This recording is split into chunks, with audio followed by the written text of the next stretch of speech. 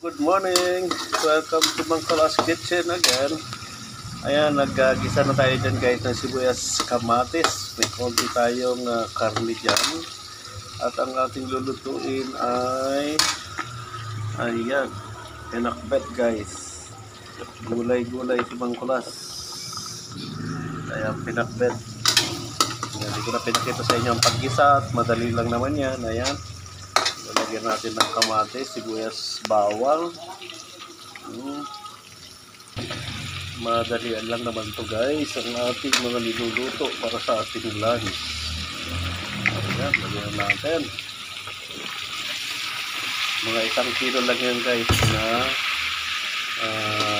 itong pinakbet natin. Ayan, lagyan natin ng kalahating ginisa mix.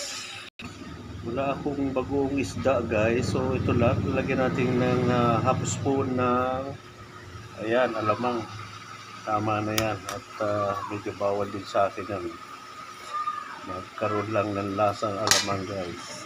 Usually ang nilalagay ko rito ay bagong isda guys, kaya lang naubos yung aking bagong isda. Ayan, ayan, lagyan natin ng konting tubig. Hindi natin ubos kaya pa rin masyadong masabaw din. Ayan, mapos natin, half cook lang natin ito guys. Ayan, pagkatapos nyo lagyan natin ng sili guys. Ayan, and haluin, mga ilang minuto lang ito guys ay luto na. Pan muna natin. Ayan, natin konting asin. Ayan. Lagyan natin ng konting paminta guys. And metos.